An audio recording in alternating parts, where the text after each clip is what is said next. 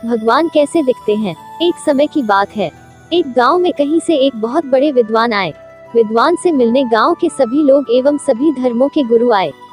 उनके समक्ष सभी धर्म गुरुओं ने अपने अपने धर्म के अनुसार ईश्वर के स्वरूप का बखान किया और बतलाया कि ईश्वर वैसा ही होता है जैसा उनके धर्म में कहा गया है, बाकी के धर्म गलत बतला रहे हैं। तभी अतिथि विद्वान ने सभी को एक साथ बुलाया और उनसे कहा कि मैं आपको एक कहानी सुनाता हूँ। उस कहानी को सुनकर आप समझ जाएंगे कि ईश्वर कैसा दिखाई देता है। उनके द्वारा सुनाई गई कहानी इस प्रकार है। एक गांव में बहुत सारे अंधे व्यक्ति रहते थे। उन्होंने कभी भी हाथी को नहीं देखा था। एक बार एक महावत गांव में अपने साथ एक हाथी लेकर आया। अब गांव में चारों तरफ हाथी के आने की चर्चा थी। अंधे व्यक्ति हाथी को देख नहीं सकते थे, किंतु वह उसे स्पर्श कर उसका अनुभव लेना चाहते थे।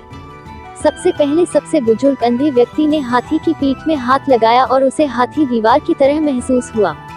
इसके पश्चात दूसरा अंधा व्यक्ति हाथी के पास आया और उसने हाथी के कानों को छुआ। उसे हाथी सूपे के समान प्रतीत हुआ। अब तीसरे अंधे व्यक्ति की बारी आए। उसने हाथी के सिर को छुआ तो उसके हाथ में हाथी की सूंड आई जो उसे कोमल पेड़ के तने के समान प्रतीत हुई। जब चौथे व्यक्ति ने हाथी को छुआ तो उसके हाथ में हाथी के पैर आए जो उसे खंभे के समान महसूस हुए।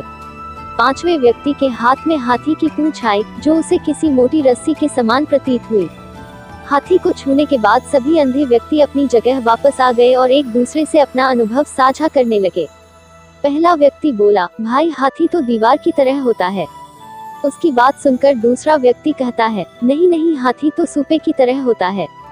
तीसरा व्यक्ति बोला, हाथी ना तो दीवार की तरह होता है ना ही सूपे की तरह, हाथी तो कोमल पेड़ के तने के समान होता है।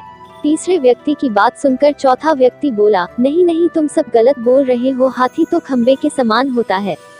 अंत में पांचवा व्यक्ति कहता है, आप लोगों को कुछ भी नहीं मालूम, हाथी तो एक मोटी रस्सी के जैसा होता है। इस तरह उन पांचों व्यक्तियों में आपस में बहस होने लगती है। सभी को लगता है कि वे ही सही है, बाकी सब गलत है। उन सब की बहस ने आपसी झगड़े का रूप ले लिया। तभी वहां से एक विद्वान व्यक्ति गुजर रहा था। उसने सभी अंधों से उनके झगड़े का कारण पूछा। सभी अंधों ने अपने अपने कारण बताए।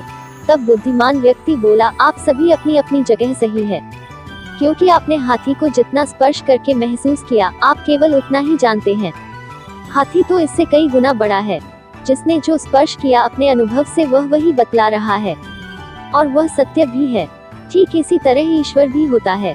वह इतना विशाल होता है कि उसे समझ पाना किसी भी इंसान अथवा धर्म के बस की बात नहीं है। सभी धर्म ईश्वर के बारे में जो बतलाते हैं वह अपनी अपनी जगह सही है, किंतु पूर्ण नहीं है। ईश्वर को जिसने जितना समझा है वह उसके बारे में सिर्फ उतनी ही बातें बतला पाता है और सोचता है कि मैं अथवा मेरा धर्म ही सही है, बाकी सभी गलत है, जबकि वास्तव में सभी धर्म अपने स्थान पर सही है।